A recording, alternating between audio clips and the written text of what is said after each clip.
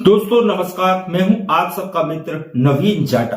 आज मैं आपको एक सच्ची घटना की कहानी सुनाने जा रहा हूं। दोस्तों कहानी है बाबा साहब भीमराव अंबेडकर जब इंग्लैंड में अपनी शिक्षा पूर्ण करने के बाद बैरिस्टर की डिग्री लेकर भारत लौटे थे।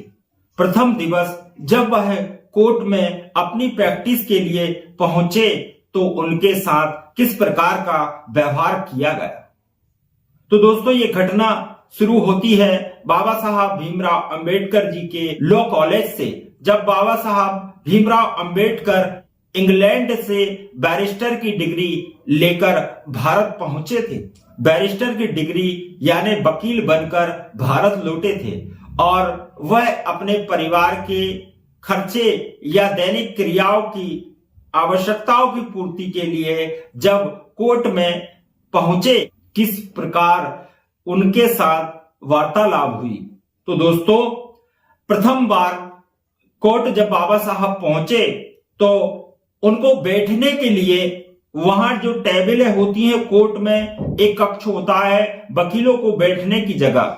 तो बाबा साहब जब वहां पहुंचे तो वहां सभी टेबल अपने अपने नाम की प्लेट के साथ लगी हुई थी और बाबा साहब भीमराव अंबेडकर जी को वहां बैठने तक जगह नहीं दी। वहां पे जो वरिष्ठ लोग और उच्च वकील लोग जो पहले से कई वर्षों से लगातार वहां थे, उन लोगों ने तंज कसते हुए बाबा साहब भीमराव अंबेडकर जी को सुनाते हुए कहा, अरे ओ वकील, तेरी यहां बैठने की कोई जगह नहीं है। तू एक काम कर, गेट के बाहर अपना टेबल लगा ले। तू तो बड़ा विद्वान है और इंग्लैंड से डिग्री लेकर आया है, तेरी यहां क्या जरूरत है, तेरी तो बाहर गेट पर आवश्यकता है, तू अपनी टेबल गेट पर लगा ले। बाबा साहब भीमराव अंबेडकर जी ने मुस्कुराते हुए जवाब दिया कि बहुत ही अच्छा कहा है आपने, मैं बड़ी चिंता में था कि कहां अपनी टेबल लगाऊं और कहां बैठूं। आपने मुझे मार्ग बताया, इसके लिए आपको धन्यवाद। और बाबा साहब ने जो खाली जगह गेट के बाहर थी वहां पर अपनी टेबल लगाई और अपना दैनिक क्रिया का जो भी कार्य था उसको आरंभ किया। दिन बीतते गए और बीतते दिनों के बाद एक सेठ की कहानी शुरू होती है।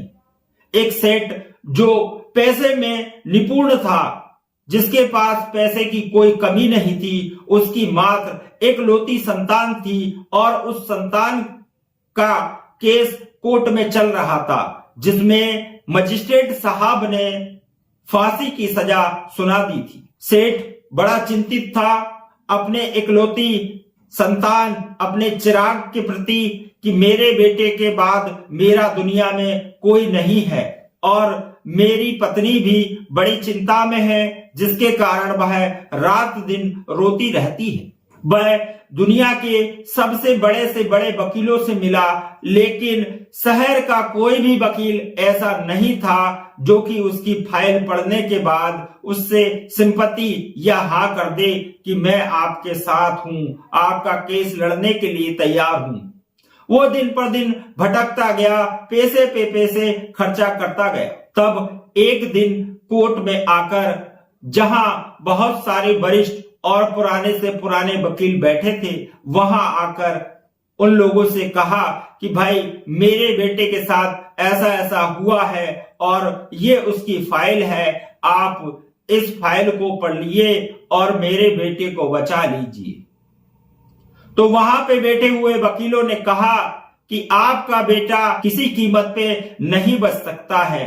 अब यदि आप चाहते हो तो देखिए, वहां बाहर एक महार जाति का जो इंग्लैंड से पढ़कर आया है वह बैरिस्टर बैठा हुआ है, आप उनके पास चले जाइए। जी ने बात सुनी और अपनी फाइल को लेकर पहुंचे और बाबा साहब भीमराव अंबेडकर से कहने लगे, ये मेरे बेटे की फाइल है, आप इसको पढ़ लीजिए और किसी भी कीमत पे, चाहे कितना भी पैसा खर्चा हो, आप मेरे बेटे को बचाइए। अंबेडकर जी ने कहा कि मैं महार जाति का हूं और मुझसे भी कई बड़े बड़े वकील पड़े हुए हैं। आप उनसे अपनी मदद मांगिए और चाहे जितना पैसा हो वहां लुटाइए, मैं आपका केस नहीं लड़ सकता हूं। सेठ जी ने जो कहा उसे समझिए। सेठ जी कहते हैं, बाबा साहब, यदि मान लीजिए आपने ये केस नहीं लड़ा और मेरे बेटे को न्याय नहीं दिलवाया और मेरा बेटा नहीं बचा, तो एक नहीं दो दो मौत हो जाएगी। एक उसके गम में उसकी मां अपनी जान दे देगी, क्योंकि जिस दिन से मजिस्ट्रेट साहब ने ये फैसला सुनाया है उस दिन से उसकी मां ने खाना बंद कर दिया है। आप भी किसी माँ के बेटे होंगे, मैं उस माँ की दुहाई आपको देता हूं।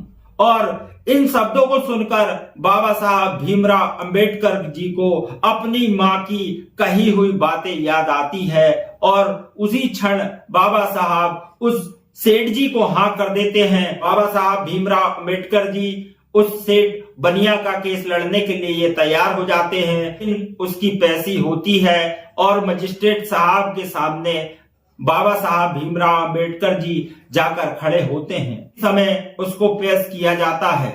तब मजिस्ट्रेट साहब पूछते हैं, अरे वो बैरिस्टर, आप इसकी पैरवी कीजिए। बोले, नहीं साहब, मुझे कुछ नहीं बोलना है, आप तो सिर्फ फैसला सुनाइए। बनिया बड़ा दुखी हुआ कि इसने तो और मेरे बेटे को मरवा दिया, इसको कुछ आता भी है या नहीं। अब भीमराव अंबेडकर जी ने कहा कि आप बिल्कुल फैसला सुनाइए, बिना देरी करते हुए, मैं सिर्फ यहाँ खड़ा होकर सुनूंगा। मजिस्ट्रेट साहब ने फैसला सुना दिया और उसे फांसी की सजा दे दी। वहां से उसको फांसी के लिए ले जाया गया। जब भी कभी फांसी होती है तो मजिस्ट्रेट की निगरानी में ही फांसी दी जाती है। उन्हें फांसी की सजा सुना दी, फांसी पे लटकाने के लिए ले जा रहे थे और कपड़ा सर पर डाला और कपड़ा सर पे डालने के बाद फंदा गले में डाल दिया। और जैसे ही फंदा गले में डाल दिया और फंदा डलते ही बाबा साहब भीमराव अंबेडकर ने कहा, उंगली बताते हुए, कि बस रुक जाओ। तभी मजिस्ट्रेट ने कहा, बोले, क्यों, क्या हुआ?